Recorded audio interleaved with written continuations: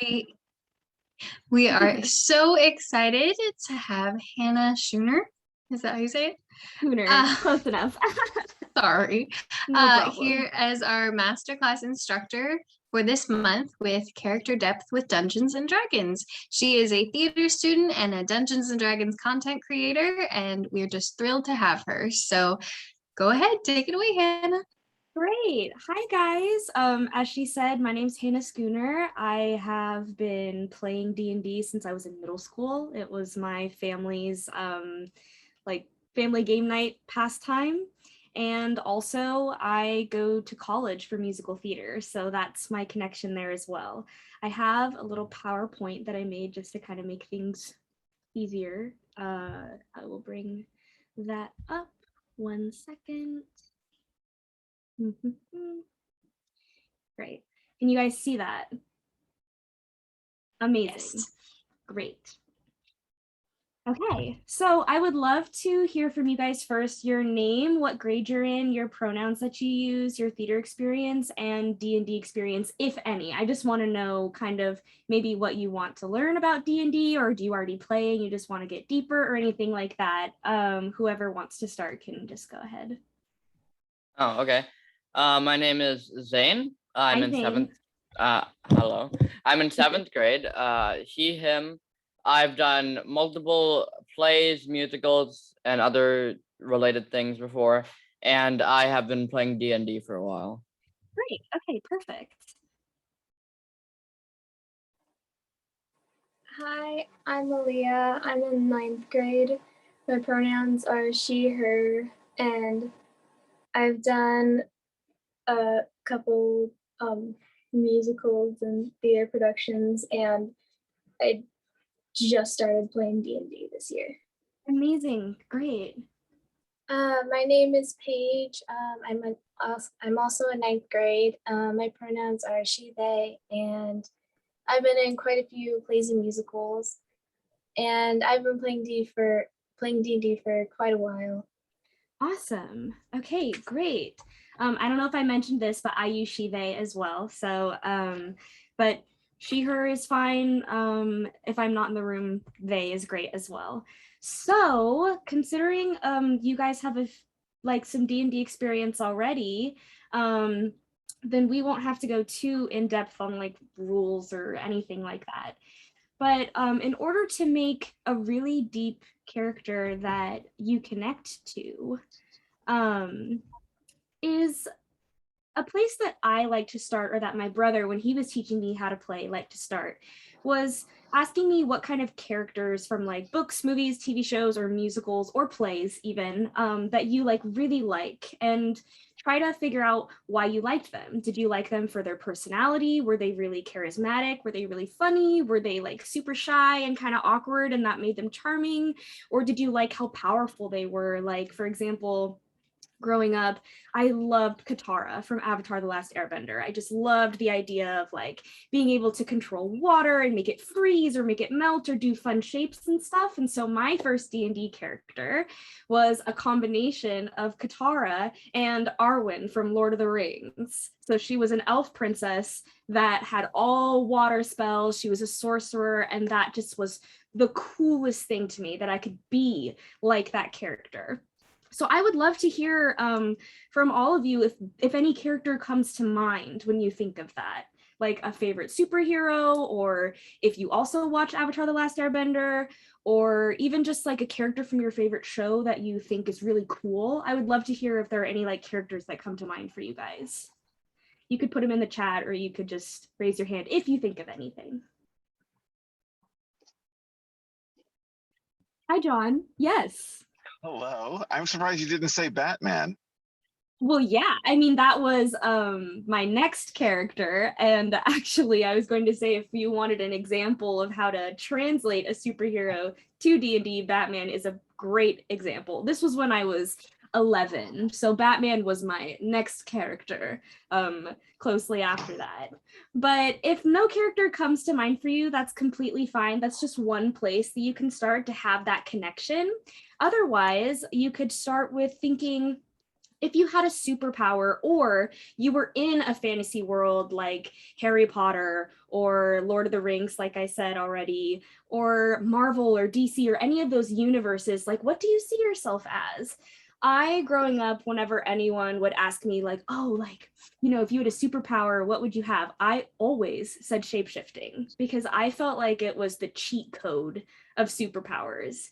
I was like, yeah, I could wish I could fly. I could wish I could have super strength, or wish I could breathe underwater, or I could shapeshift and turn into things that do those things. I felt like it was like a way to get all the superpowers.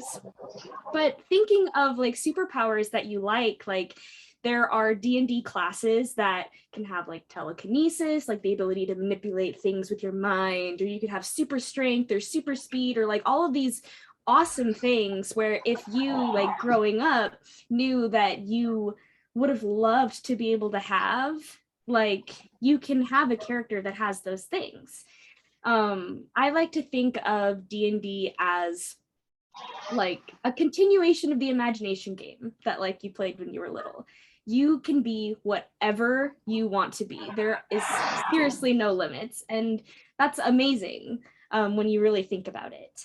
Another way that you can come at a character creation is if you play video games. Like, trying to think of what a good example would be. I'm not sure if you guys have played anything like Halo or anything like that, but when I used to, I knew that I either wanted to be the medic or I wanted to be like in the back from far away. I never wanted to be in the front line. I, like, even when it's not real, hate getting hurt.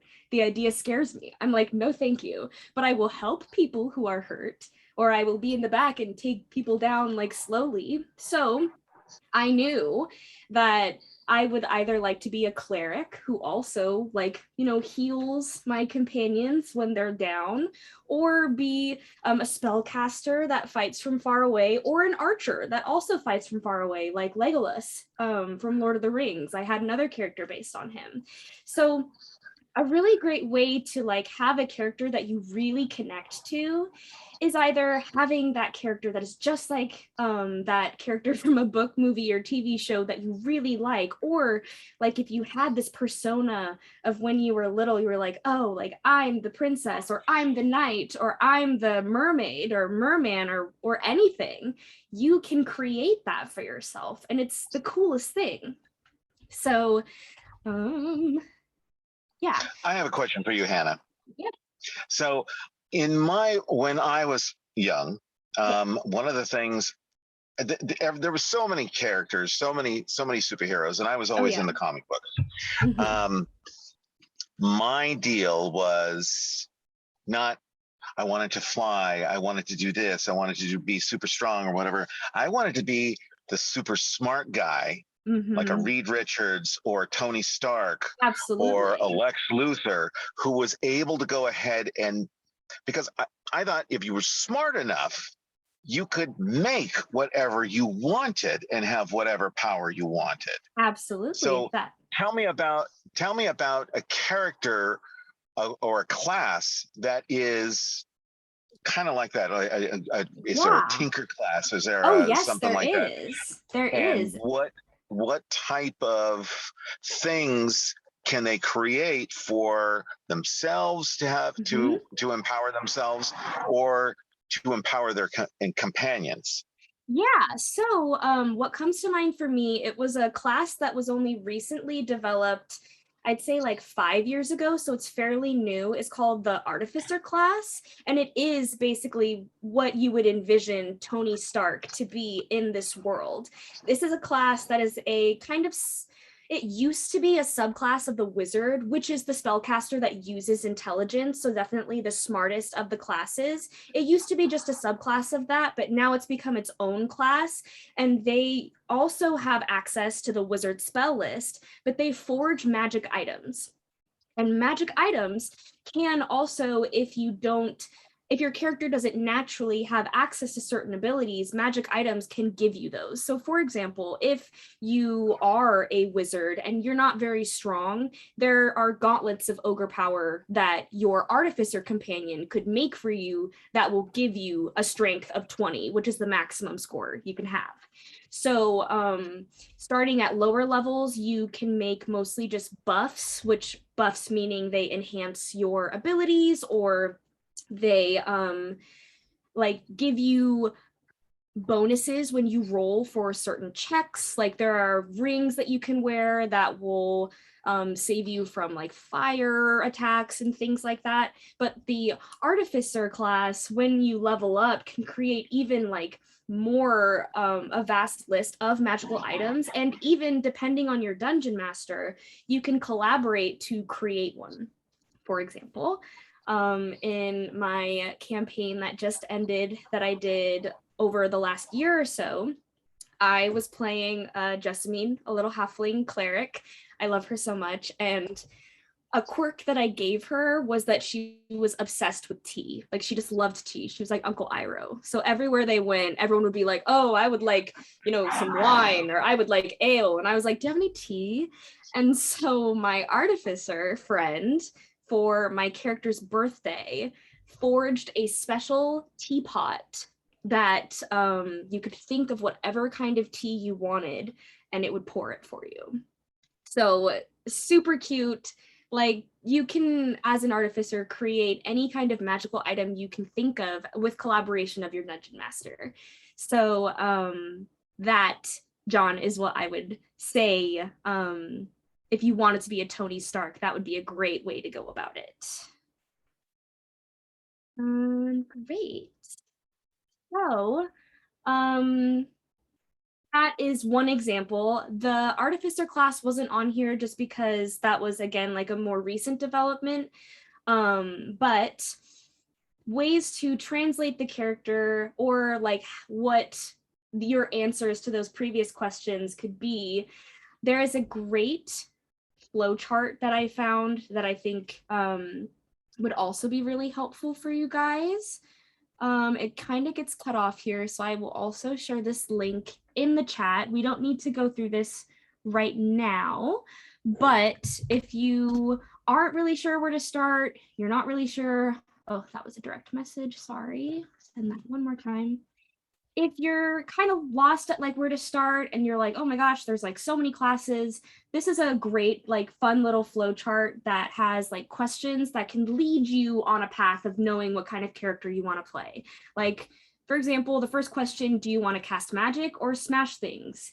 Me smash, can't I do both? Cast magic. And that will just like send you on a path of the different classes that might be interesting to you.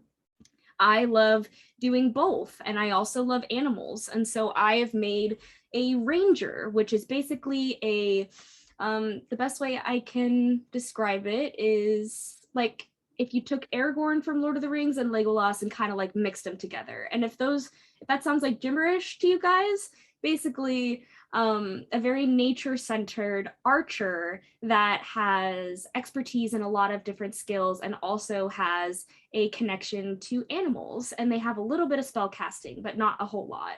And so I made a ranger, and I also really liked Merida, the princess from the Brave movie. So my ranger speaks in a Scottish accent. And although this isn't part of the original movie, she also has a squirrel companion named Ginger that she keeps with her always.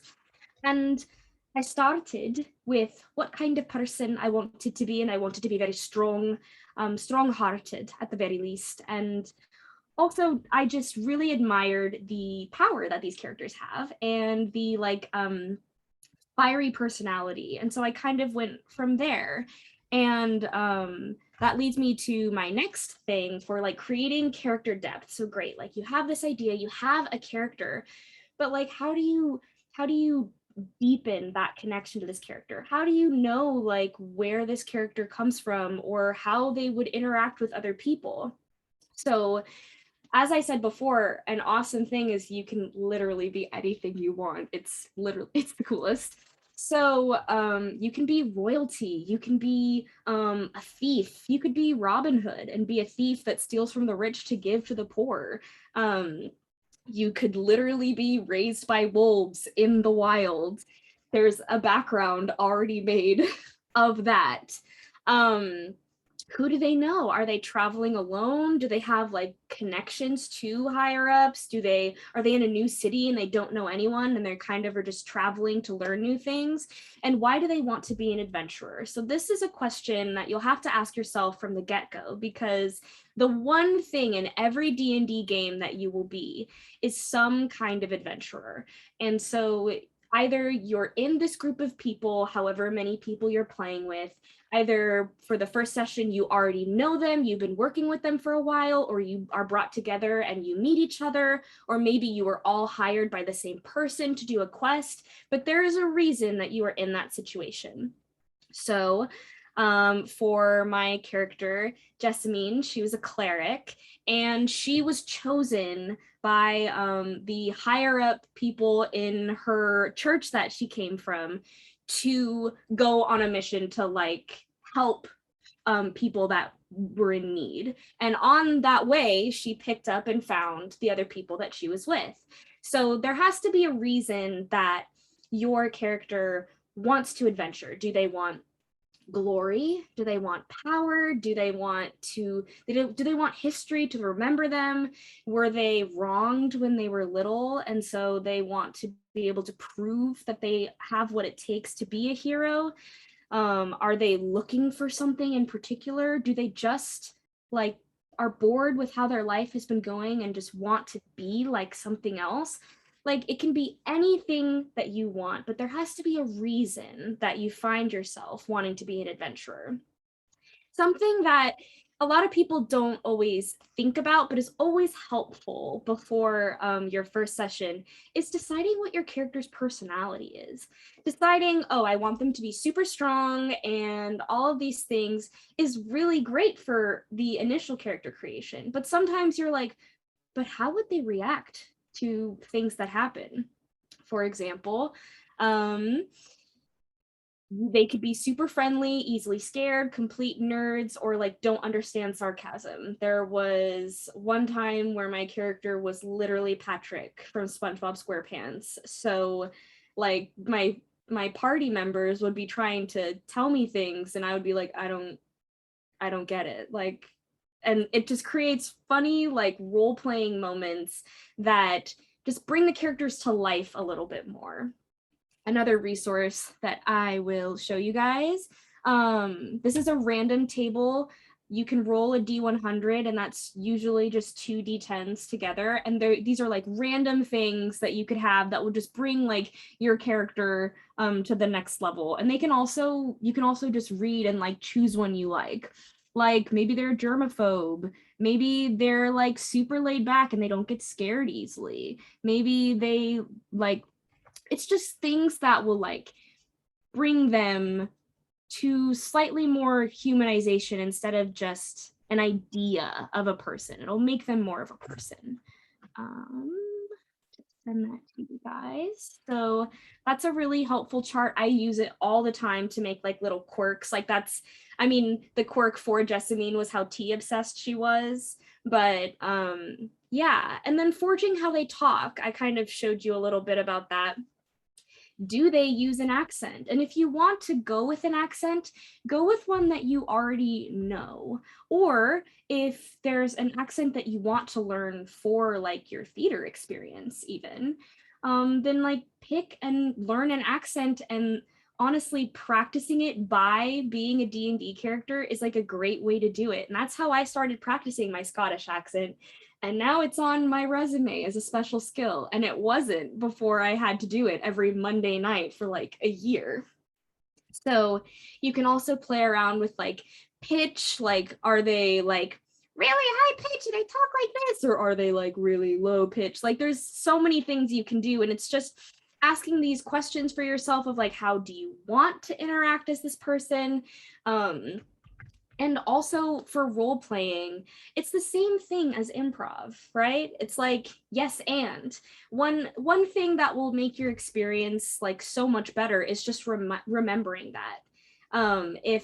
If your like companion says something that just seems like so weird and it has nothing to do with what the conversation is, sometimes the best part is to like say like yes and. Like there was one time where it had nothing to do with the mission at hand, and yet we all found ourselves at a like pet store adopting a cat while we were on a mission to save the world from like hundreds of evil gods. All because someone said they loved cats, and then suddenly everyone loved cats, and we were like, we need an emotional support cat because of all the things that we go through. It just like brings opportunities for more fun things. Remembering a driving goal. So there's a driving goal that your character will have. As we said, like, why are they adventuring? Maybe they just like want to find their purpose, or want to find like why they are here, or maybe they want to find someone or find something, or maybe they just want to travel and they want to see the world and do like crazy things. Just remember like what is important to your character. And also, usually your group will have a driving goal as well. Sometimes you guys knew each other before whatever storyline you guys are in together begins, or sometimes you've never met each other before. So you have an opportunity to kind of be like, how do I interact with these people? Like, I don't know. But remember collaboration. It's all about collaboration.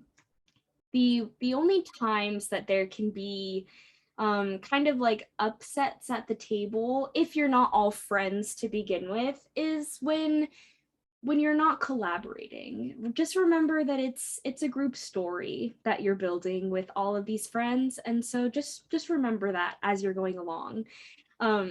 One thing that will always improve and just bring more humanity to the character you're playing is character flaws. I know a lot of people don't want to have character flaws, they don't want to include them, but it makes them more human. For example, the ranger that I talked about has like serious anger issues when someone like disrespects her squirrel. Like she's like the sweetest thing, but if someone says anything even remotely like, oh, like why do you have a squirrel around, then she just like blows up. And they're like, and that's like one of her flaws, where she like, if the people that she cares about are threatened, she doesn't react very well. So that's just an example of like something that will help know how your character would react to something that is presented to you or presented to the group or anything like that.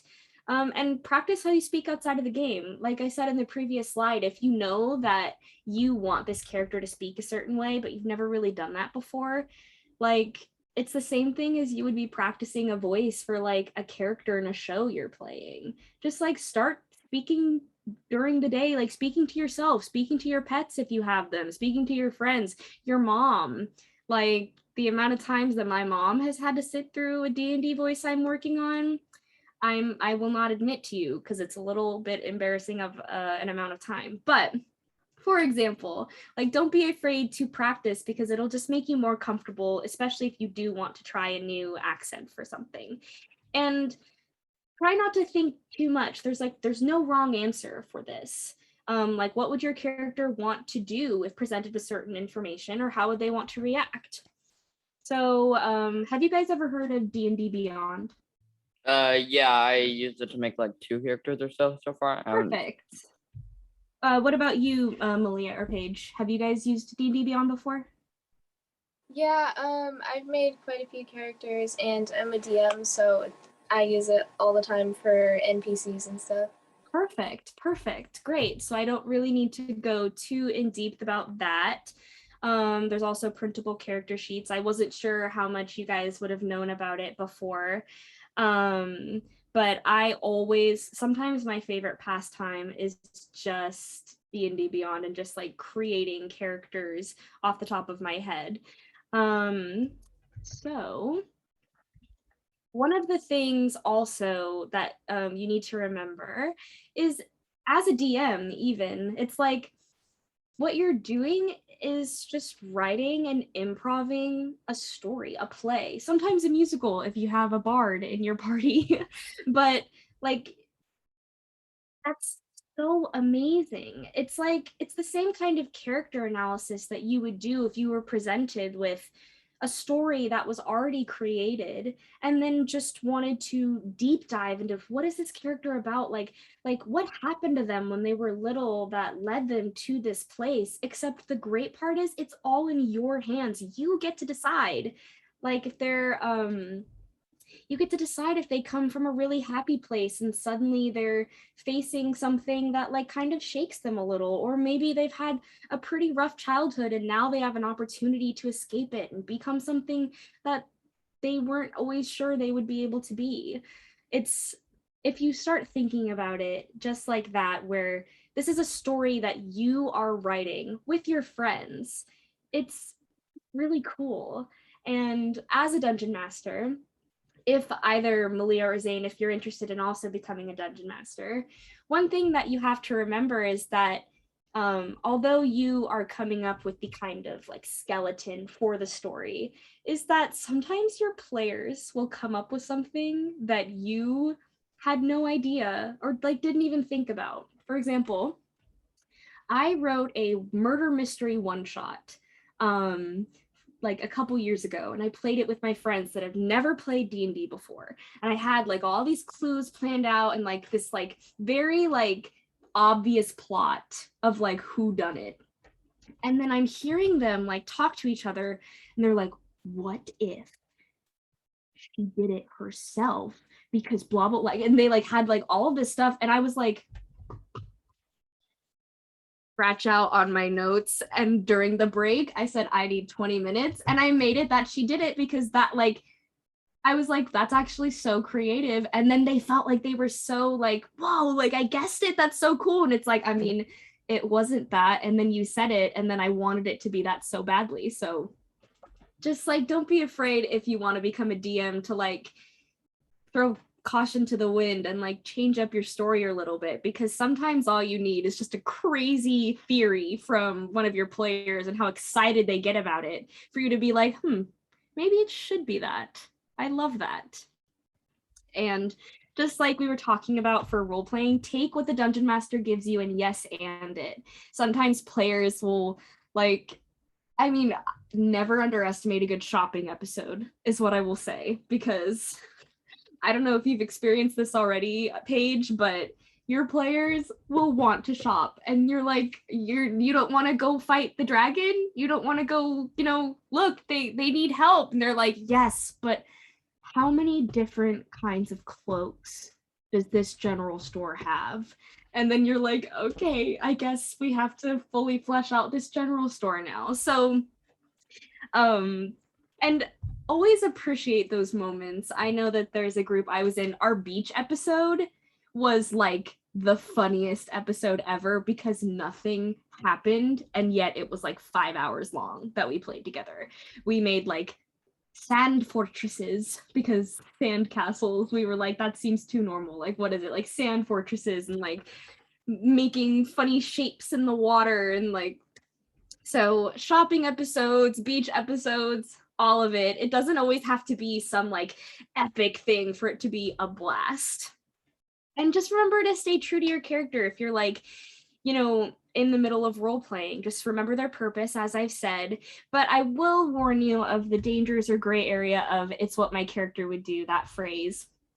I'm not like so worried about it for you guys, but there are many people that aren't very nice to other characters. And then when they're like, hey, like, why would you do that? They're like, oh, it's what my character would do. And it's like, well, okay, well then why did you make your character a jerk? Like, so that's just one thing that I will say, like being true to your character is wonderful and it's so important. But remember that like this is a collaborative thing. This is a group thing. So if you make your character like not play well with others, although that is something that happens to a lot of people, it might not be the best choice for this particular instance because you're supposed to be in a group. Just as an example. And things to remember, there's no right or wrong way to play. D&D is a group activity. The possibilities are endless. I'm sure you guys already know that. If you ever, Paige, if you would like me to send you some DM tips, because I've also been DMing for like 6 or 7 years. I have a whole PDF of DM tips of either Malia or Zane if you would like to potentially become DMs and kind of set up a story for yourself. Do not be afraid to contact me if you're like, I have this really cool character idea, but I'm not really sure like how to make it. Then like, don't worry at all. Like, this is my email if you guys want to write it down or anything like that. I would love to like get on a call or something and like go further in depth about like a character idea that you have, or if you have like rules questions, or if you want to run like encounters or something. If you want like dice or other resources, do not be afraid to contact me. And I think if you want to take a quick 5, I have to pee. But sorry. We'll be back in 5. If you have any questions or anything else, we can also create a character together. I thought we could do would be fun, and a little improv exercise, if that sounds great to you guys. I will be right back.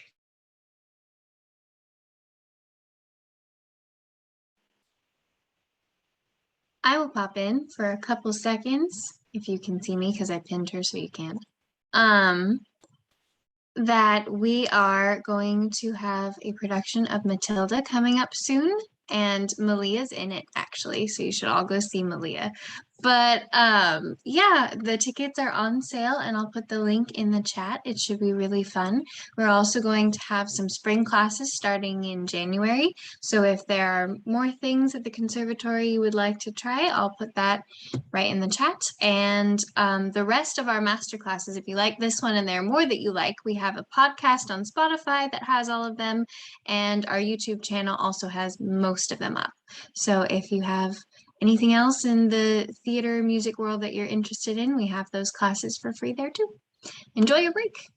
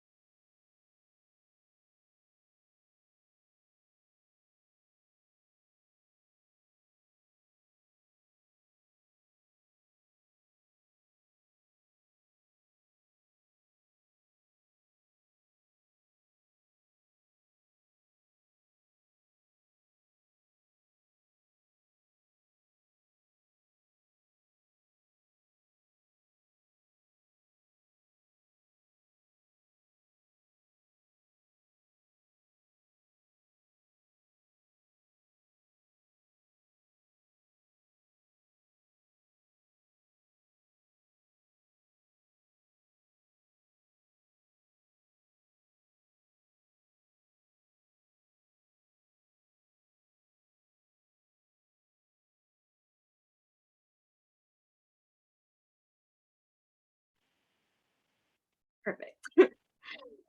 Okay, awesome. So just to start, are there any questions that you guys came in with, or like from anything I've said you guys thought of, or any questions about my experience with D&D or stories or anything like that that you guys have thought of?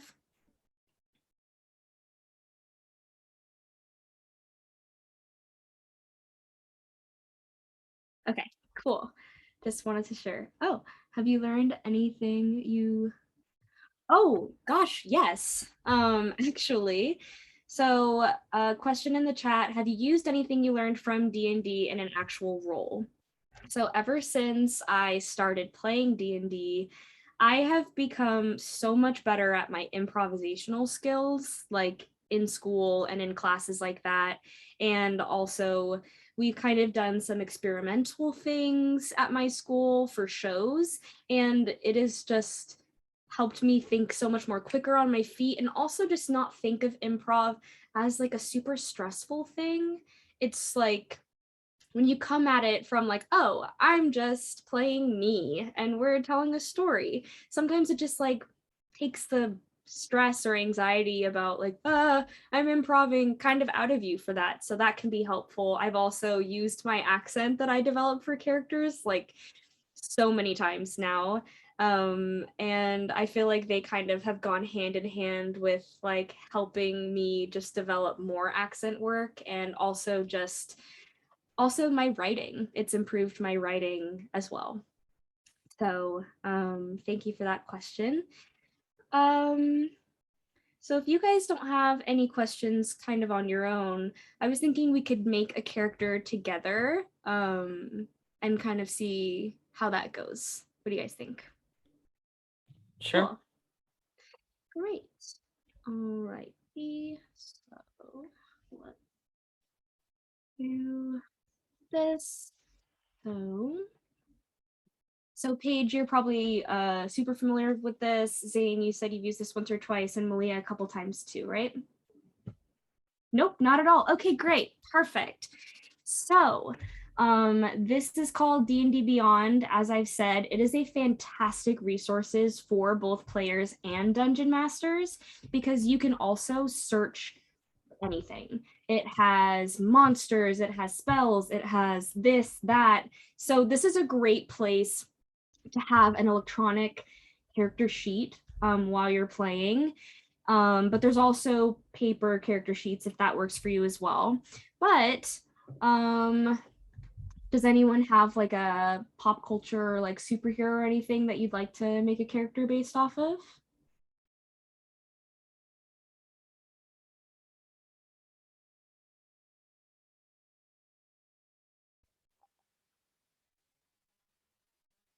John? Is nobody going to go ahead and answer? Should I answer? I suppose, if no one else can think of one. I'm going to give it another 5 seconds. Okay. Can I say one? Yeah.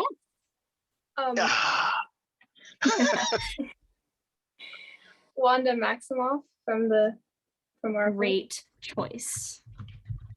All right. What do you like about Wanda? That she's really strong. Mm-hmm. Yeah, and like her powers just are different than a lot of other superheroes, and they're interesting, and I think she has a really good backstory. Mm-hmm. And there's a lot of character development throughout all the movies and TV shows and everything. Absolutely. So one thing about Wanda that is different from, say, Doctor Strange, for example, in that universe, is that Wanda's powers, although from a like experience she has, they came from within her. She didn't necessarily go to books like Doctor Strange to unlock that power. Something happened to her that caused the power and magic to develop inside her. So with that in mind, I would choose Sorcerer for Wanda, because although they draw on inherent magic from a gift or bloodline, in this instance, although I don't know if anyone would refer to Wanda's experiences as a gift, they were pretty traumatic. In this instance, it's referring to how she got her magic. So I would definitely go with a sorcerer for that. For race, we could either go elf or human. She is pretty dexterous, so I'm kind of inclined to say elf. But if what do you guys think? Would you for elf, they have high dexterity and keen senses, but also humans, they can have, if we choose human variant, then she can begin with a feat, which could give her other things. So what do you guys think? If you were to make this character, what would you go for?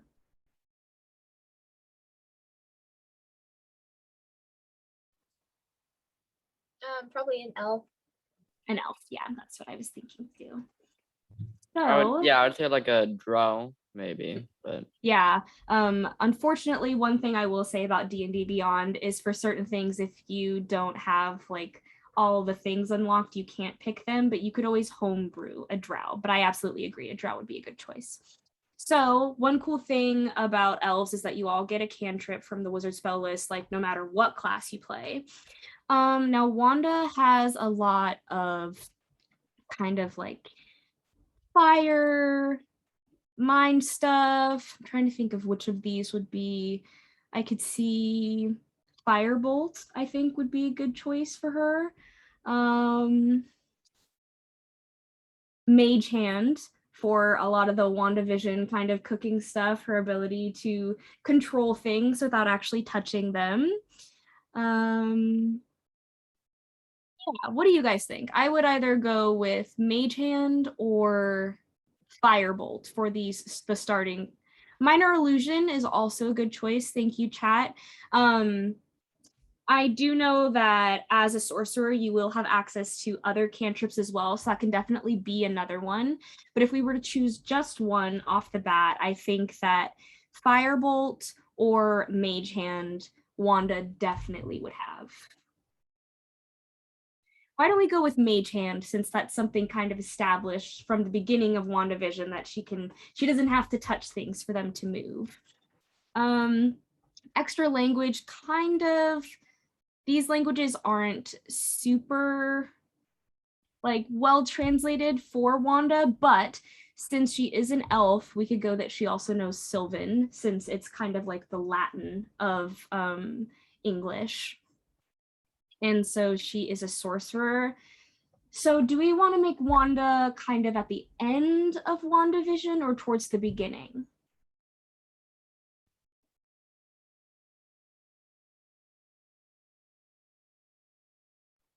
The beginning. The beginning. So what has happened at the beginning? I can answer that as well, but she has lost vision, unfortunately, and a lot of other people too. So although she hasn't gone through all the things she goes through in WandaVision, she is still like a pretty seasoned adventurer if she were in a D&D world. She has fought Thanos, she's lost her family, she's gone through so many things. So I would hazard to guess that she's probably a level 10, just because she's gone through so much already. But at the beginning of WandaVision, there's that hope for her that she has been able to kind of create this town of her imagination and bring Vision back. So that's why I don't think level 20 just yet, because level 20 is kind of you're at the end, and I still think that there's a lot more story that we'll see of Wanda in the future. Although I kind of think it should be higher than level 10 because she still has the power to enslave an entire town. It's very true. So what level then in that case would you suggest? Maybe just like a little higher. Because Like level 20 12? would definitely be at the end where she's reading the Darkhold and all that. Yeah, But absolutely. So then why don't we go level 12 so that you'll still get another ability score improvement than if you were at level 10. Does that sound better? Cool. So let's see. Definitely she is proficient in Arcana, no question. She's super connected to the magic that she has. And do you guys think, just from your knowledge of her, that she's better at lying, persuading, or scaring? Persuading. Yeah, I would guess so too.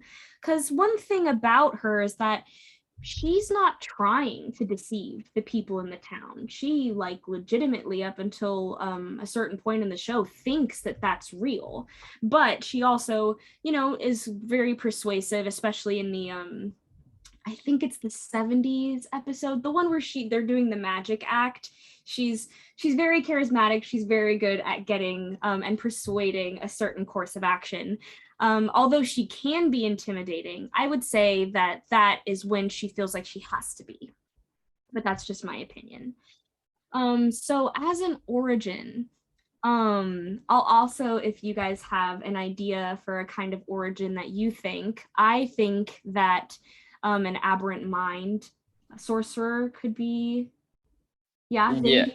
Yeah, actually I'm playing an aberrant mind sorcerer right now. They're fun to play and it does seem it fits in with their Catan Yeah, origin. absolutely. I agree. So one thing, it's a newer sorcerer origin, and I think it's really cool. It came out in Tasha's, which was kind of like an expansion pack almost, for lack of a better terminology. But it has a lot of more like mind control, like telekinesis, telepathy kind of thing. So I absolutely agree, Zane. So meta magic, which is something that I definitely think brought me to sorcerer about Wanda, is your ability to twist spells. One thing that whenever I play a sorcerer, really like is I really like the careful spell, which will make it so that I can't hurt my friends. Or I mean, you can hurt like if they fail their saving throw, but one thing that always like gets me in trouble when I'm a sorcerer is a lot of the spells that sorcerers have are like environment affecting spells. So for example, like firebolt or things like that, where people within a certain distance of where the spell goes can get hurt from it. And if your friends are fighting the same thing you are, they can get hurt too. But a careful spell will kind of make it so that like they have a higher chance of not getting hurt, which is always good. Distance spell, you can shoot it from farther away, so you don't have to be fully in range. Empowered spell is also really cool. So as it says here, like you can re-roll a number of the damage up to your charisma modifier, and at level 12 that Wanda is right now, that's a pretty ridiculous modifier, so a pretty good amount of times to re-roll if needed. Extended, letting it last longer. Heightened, you can give them disadvantage on saving throws. You can make something a bonus action, which is also really, really cool, because that means potentially, depending on what kind of rules your dungeon master uses, you could cast 2 spells in a turn, maybe. Speaking, basically, you can give yourself advantage. Subtle, you can cast it without any somatic or verbal components, which is so helpful if you need to cast something but people are watching you. Transmuted is also really cool, where this, I'm not so sure if this is something that like Wanda would have necessarily, but if you have like Ice Knife and then Thunder Wave, you could create a Thunder Knife or an Ice Wave. If you have something in your spell list that has a certain kind of damage, you could decide with a sorcerer point to use a different kind. I think it's really cool. And then Twinned means you can like target more than one creature than what is recommended. So given those, what 3 do you think that Wanda would have? I think that she definitely would probably have Quickened, because she's very, very quick to react. I could also see Empowered, because when she does have magic, she can cause a lot of damage. It's not always like very small. And I could also see Transmuted or Twinned. What do you guys think? Definitely empowered, but I'm not sure about the other ones. Okay. Malia, do you have one you think?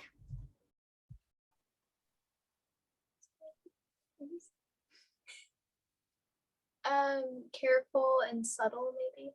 Yeah, I think that those are also really good choices. So let's see, just to kind of speed this up a little bit, because we are running a little low on time.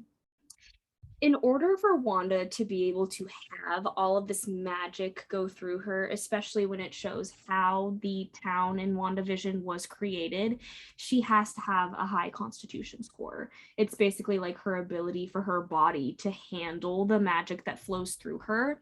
So I'm inclined to say that she would have a high constitution score, and also charisma, since also sorcerers cast from their charisma. This is other stuff that they'll get as an aberrant mind. Do you want to just continue making her ability scores better, or maybe give her a feat? With the feet, you could give her like Eldritch Blast I because definitely think yeah. that would be a good choice. So we could do with the ones that are available to us here, Eldritch Adept, I think. Or let's see. No, not that one.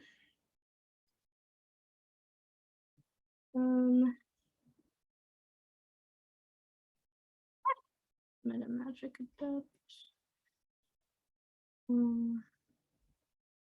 I don't know if I have access to that one, but I do think that that's a really good choice.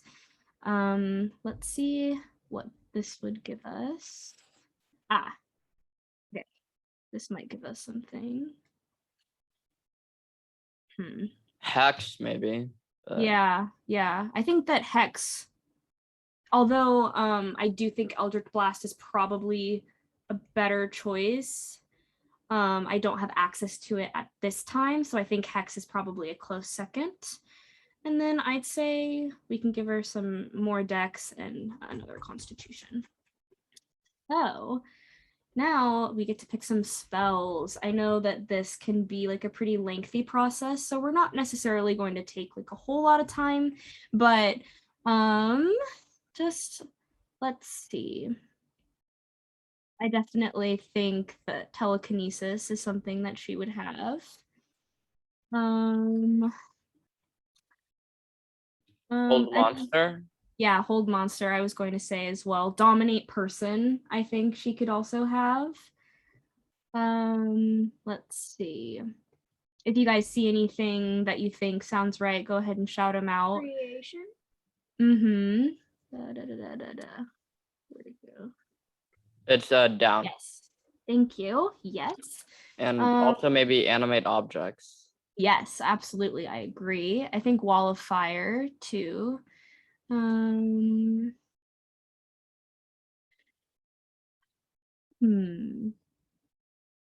Probably Banishment.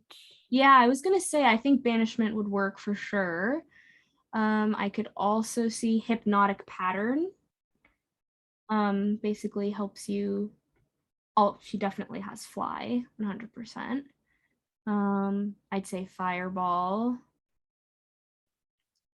I think she also has counterspell. What do you guys think? Yeah. And dimension door. Oh yeah, that's a good one. Where are you? Sorry, I think I lost it. I think it's 4th level. Yeah, I think you're right.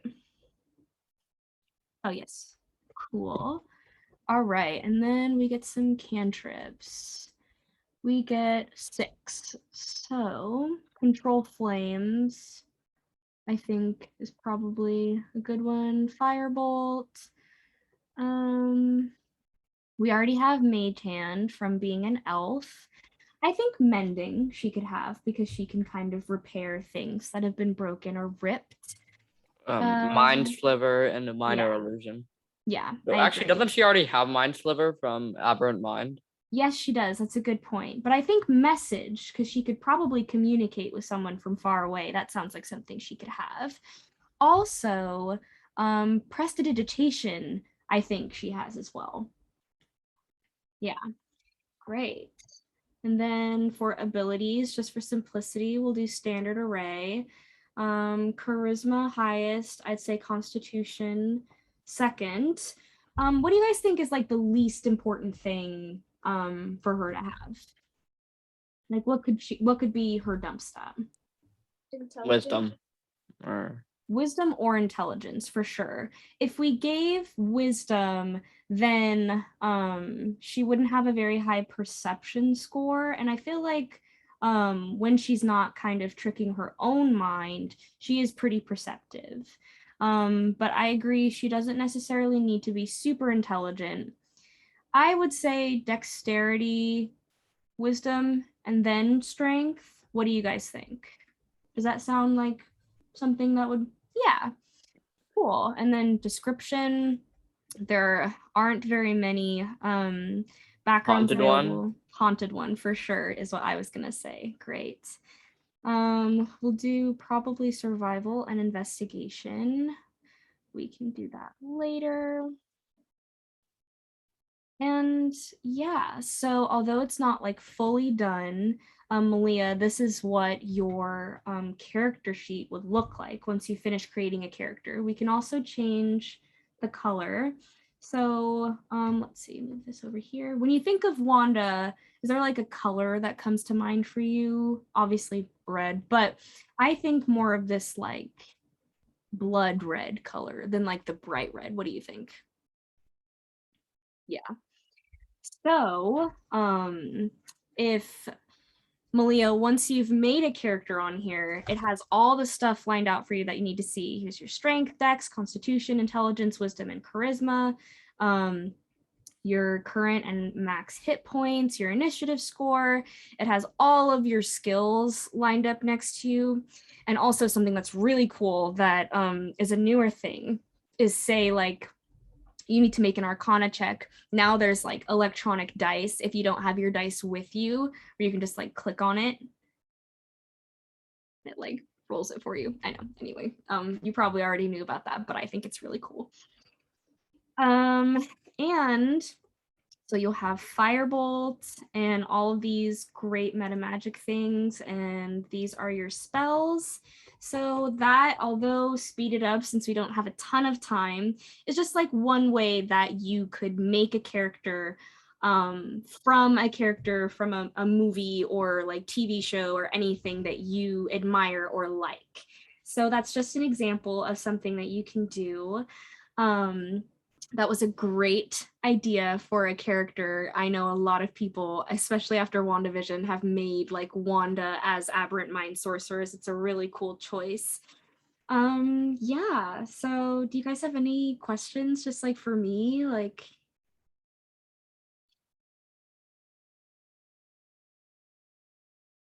cool. Zane, I'd love to hear about your Aberrant Mind Sorcerer. I'm not playing in the campaign anymore, but I mainly just used it to terrorize giant frogs. Oh, nice. Also, I found out that a chicken only costs 2 copper pieces while a meat chunk costs 30. Huh. Doesn't seem very, very ethical, but interesting. Thank you. Paige, I would love to hear just a little bit about your campaign you're running, if you are running one. Yeah, so I'm starting a new campaign. I'm restarting the D&D club at my high school. So I play D&D with all of my sister's friends who are a lot older. And so I'm restarting that, which they ran when they were at our school. But basically it's centered around like an island that's a lot like Scotland, but the government is kind of like when you have the older, wiser people running the country, it's run by metallic dragons. Cool. So that's really fun. But the crazy thing is that we have almost 70 people. Yeah, we have a lot of people. Wow. So well, that's awesome that so many people are interested. Yeah, I thought that was really cool. But it's also very overwhelming because absolutely. Yeah, so I'm one of like 4 DMs that we have right now. That's really cool. Yeah, the first campaign that I ever DM'd, I had 10 people in, and they were all musical theater students, and it was like in our dorms at college where we would all meet in the study room B like at 10 a.m. on Sunday afternoon, and we would play for 12 hours. We would go in with breakfast, play until we were starving. Someone would stay with the stuff so someone else could go get lunch, come back, eat, play more until we were hungry again, get dinner, and then play until we were too tired. So that is really cool that you're playing with your club at school. Malia, are you in a game right now? Are you are you part of the club? Yeah, I'm part of the club. Cool. That's awesome. So unfortunately, I think we're running out of time, but I'm going to type my email in the chat one more time. Like, Paige, if you ever have ideas that you just want, like, I sent that as a direct message if you have like ideas that you just want a second pair of eyes on, or if if Malia, you have questions about D&D Beyond, or if Zane, if you have like character ideas but you just want like a second set of eyes, or even if your page want to homebrew stuff and like just want to make sure it's balanced or anything, please feel free to message me. I would love to hear from you guys. I had a great time talking to you guys. I know you guys already knew like quite a bit about it, so I hope you learned at least a little bit or had fun. Yeah, thank you guys. If you have any other questions, just like go ahead or email me later. Thank you. Thank you for your Yeah. time. Of course. Thank you so much, Hannah. Yeah. We're going to have this up for the people that have never played too, so someone will Great. learn a lot. Perfect. And thank you all for coming. Again, go see Matilda with Malia in it. And is there anything, Hannah, that we can promote for you? Are you doing anything? I know you have a stream that you streamed some of your campaigns. Yes, I've streamed quite a few of them. Right now, we're kind of on a hiatus because of the musicals at my school. But every Monday night, when I can get there, I am in a campaign called The Paper Dungeon. It's twitch.tv/The Paper Dungeon. You can see my ranger with her squirrel companion. But that, if you ever have time to watch or you enjoy watching other nerds play D&D, I'm in there. Cool. And let us know if there are any musicals you're in or anything at your school too, because we'll go see your shows too. Great, I will let you know. Okay, sounds good. Well, thank you everybody so much for coming. And thank you so much for teaching this wonderful class, Hannah. Of course, thank you. Good night, everyone.